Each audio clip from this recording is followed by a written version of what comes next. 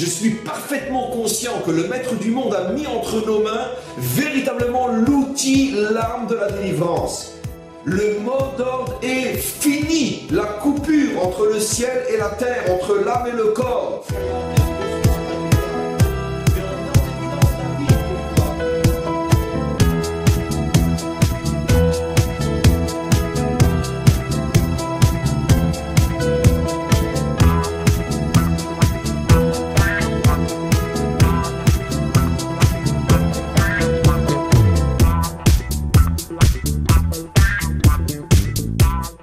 On entend de plus en plus de monde dire le site du Rabinovitch a révolutionné ma vie.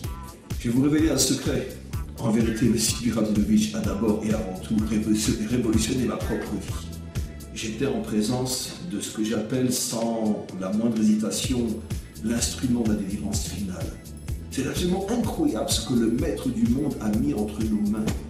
Je vous dirais presque que c'est impossible même de s'en passer. Mon souhait, c'est de transmettre une Torah qui unifie, une humanité unie, juifs, non-juifs, toutes les nations main dans la main avec le peuple juif aussi, et tous réunis à l'intérieur d'un seul et unique projet, le dévoilement de l'unicité de Dieu dans ce monde. Ce site est peut-être devient l'un des fers de lance de l'espérance d'Israël, de la délivrance d'Israël.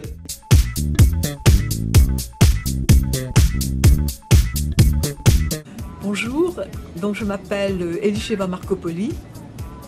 Je suis nouvellement convertie dans le judaïsme. Bonjour, Ilan, 25 ans, venant de Paris, habitant à Jérusalem depuis 5 mois. Je m'appelle Claude Njoya, j'habite à Marseille. Je suis en même temps DJ producteur pour plein d'artistes comme David. J'ai été dans un couvent pendant 52 ans. Ma vie a été transformée, c'est vrai, elle a été vraiment transformée et je me suis rendu compte au fait que je devais laisser tout un monde idolâtre pour intégrer à fond le monde thoraïque. Que Rabinovitch c'est mon soleil et d'une certaine manière je suis sa lune. Le site est à l'origine de notre retour véritablement et de notre alliance. On essayait de suivre le live quasiment quotidiennement. On a modifié notre emploi du temps en fonction de ça. Et grâce au site, ma vie elle s'est transformée parce que j'ai appris déjà à gérer ma relation avec les autres. Le site du Rabinovitch, déjà pour moi, j'y passe entre 4 et 6 heures en moyenne par nuit. Il me passionne en fait quand il raconte ses cours, il me donne vraiment envie de l'écouter. Il me donne beaucoup de force en fait. Pas encore, mais je pense qu'avec le temps, ça risque de chambouler beaucoup de choses. Je n'ai jamais rencontré une profondeur de la Torah comme je la rencontre aujourd'hui. La religion juive n'est pas une religion mais un peuple. Et pour moi, la notion de peuple est très très importante. Il ramène des choses très profondes et il arrive à l'expliquer très clairement, de manière terre à terre. À mon avis, Rabinovitch c'est le moteur de la Géoula. Il nous explique et il nous révèle des choses que peu de gens prononcent et entendent. C'est un rêve que j'adore.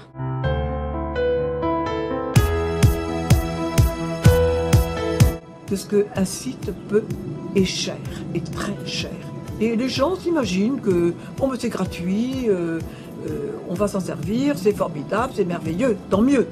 Et si on veut que le site marche, il faut que tout le monde y mette la main à la pâte. Premièrement, à l'extérieur d'être actif financièrement, d'aider profondément Rabinovitch à travers son investissement personnel. Je remercie Hachem de m'avoir mis le site du Rav Rabinovitch dans mon chemin, parce que je suis un homme heureux, mais non comblé. L'une des histoires les plus extraordinaires qui m'est arrivée, c'est le jour où un haut dignitaire du Vatican m'a contacté par l'intermédiaire d'une de mes élèves pour me faire savoir qu'il voulait me rencontrer pour parler avec moi. Je suis venu avec un petit peu de retard, la porte du jardin de mon bureau était ouverte Et il était assis, je suis arrivé, je passe par l'entrée du jardin. Il me dit, Rav, restez debout, n'avancez pas. Pourquoi? Qu'est-ce qui se passe? Il se lève, il vient avec la tête baissée jusqu'à moi, me prend ma main et me l'embrasse. Et après il me demande, est-ce que j'ai le droit de relever la tête pour vous regarder dans les yeux? Et il me regarde dans les yeux et la première phrase que j'entends de cet homme, il me dit la chose suivante.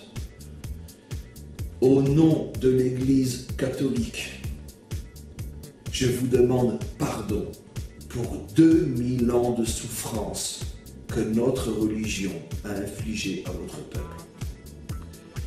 Je lui serre la main et je lui dis, mais est-ce que vous vous rendez compte que vous et moi, nous sommes en train de commencer à réaliser la paix entre Esav et Yaakov?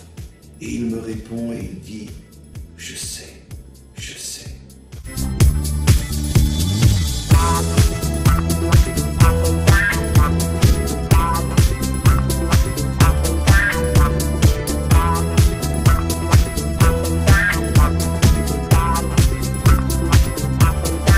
suis pasteur non juif. 2 milliards de juifs, c'est la fin du monde. Parce que justement, Hebron représente ce chibour, parce qu'il y a le vieil homme qui a complété le minyan, qui leur a dit « Je ne pouvais pas laisser mes enfants dans ma ville sans minyan ».